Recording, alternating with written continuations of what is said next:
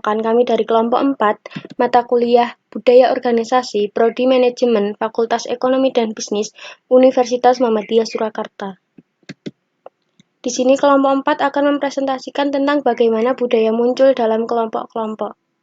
Sebelumnya, saya akan terlebih dahulu memperkenalkan anggota dari kelompok kami. Yang pertama, Nafrida Noviani, NIM B100 180 211. Yang kedua, Putri Ernawati, NIM B100 180 224. Yang ketiga, Alia Marta Mutiara, NIM B100 180 231. Di sini kami akan mempresentasikan tentang 3 bab. Yang pertama, pengertian budaya organisasi menurut para ahli. Yang kedua, proses pembentukan budaya organisasi. Dan yang ketiga, Organizational Culture Assessment Instrument atau OCAI. Yang pertama, pengertian budaya organisasi menurut para ahli. 1. Menurut Davis tahun 2005, budaya organisasi sebagai pola yang terdiri dari atau atas kepercayaan dan nilai yang memberikan arti bagi anggota suatu organisasi, serta aturan bagi anggotanya untuk berperilaku di organisasinya. Yang kedua, Sen atau Yuwono dan kawan-kawan tahun 2005, budaya organisasi adalah pola asumsi dasar yang diyakini bersama yang suatu kelompok pelajari sebagai hal yang dapat menyelesaikan persoalan adaptasi eksternal dan integrasi. Yang ketiga, Shen atau Kristiawan dan Yunanto tahun 2012, budaya organisasi adalah gejala dinamis di sekeliling kita sepanjang waktu yang secara terus-menerus dilakukan dan diciptakan melalui interaksi dengan pihak lain dan dibentuk oleh perilaku pemimpin dan yang terdiri dari struktur, rutinitas, aturan, serta norma yang membimbing dan membatasi perilaku. Yang kedua, proses pembentukan budaya organisasi. Di sini terdapat 5 unsur budaya organisasi. Yang pertama, lingkungan usaha. Yang kedua, nilai-nilai atau value. Yang ketiga, panutan atau keteladanan. Yang keempat, upacara-upacara. Dan yang kelima, network. Di sini ada faktor pembentukan budaya organisasi. Ada tiga faktor. Yang pertama, pendirian organisasi adalah seseorang yang memainkan peran penting dalam penerimaan karyawan.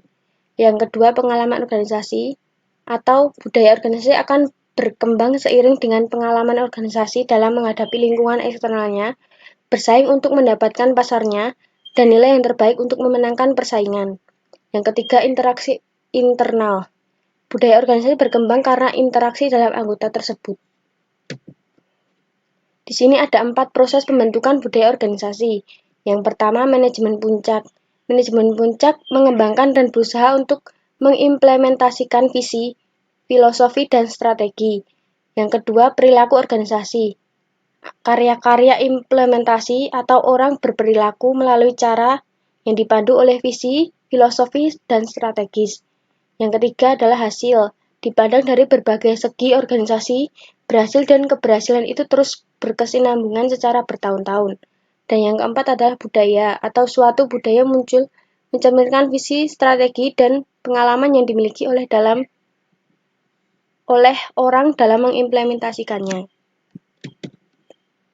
Yang kelima ada Organizational Culture Assessment Instrument atau OCAI.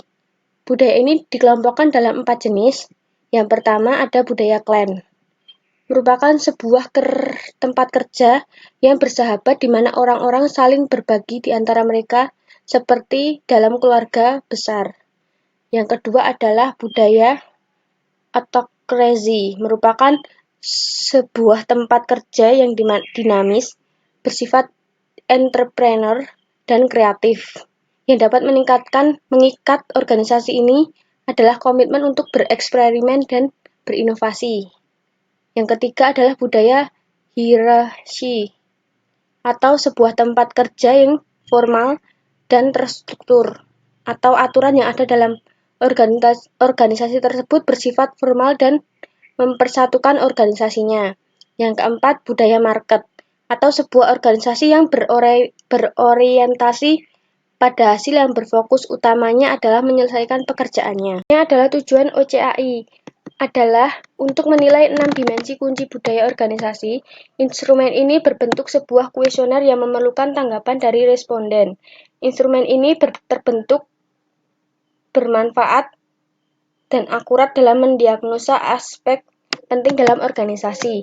Tujuan dari instrumen ini adalah mengidentifikasikan budaya organisasi saat ini dan membantu mengidentifikasikan pemikiran dari anggota organisasi mengenai budaya organisasi yang seharusnya dikembangkan. Yang kedua, instrumen ini memiliki 2 buah kolom penilaian, new dan prefer. Penilaian yang diberikan pada kolom now menyatakan penilaian terhadap keadaan organisasi saat ini, dan pada kolom prefer menyatakan keadaan organisasi di mana masa yang akan datang dalam pencapaian keberhasilan organisasi. Sekian presentasi dari anggota kelompok kami, kurang lebihnya mohon maaf. Wassalamualaikum warahmatullahi wabarakatuh.